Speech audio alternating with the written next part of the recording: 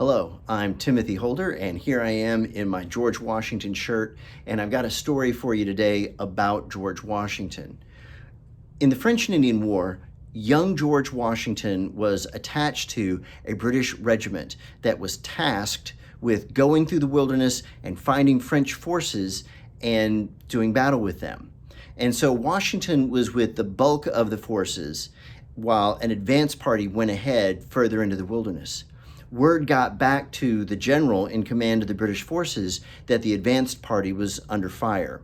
So Washington, young officer that he was, asked the general if Washington could lead some men and go and help the men who were being shot at.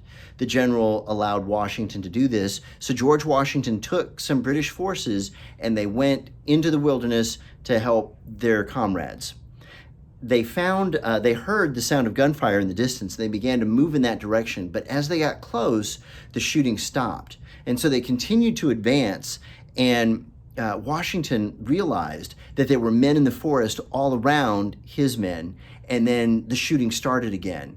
And Washington somehow ascertained that British forces were shooting at British forces. So things had gotten really confused and messed up, and the redcoats were shooting at each other. And so Washington called it to his men to stop, but in the fog of war and the confusion and the fear and the adrenaline and all of that was going on, the men weren't listening to him. So George Washington pulled out his sword and he ran down the line of men, and he swung his sword up and knocked their rifles off target. So he saved lives, but in doing that, he ran down this row of men as shots were being fired in both directions. He really, literally risked his life to save other people. And it begs the question, are we willing to risk ourselves, our security, our safety, our whatever, to protect someone else? We don't really know the answer to that question. We can't know unless we're in that situation. But we could at least maybe start to think through that. Do we care about anyone enough?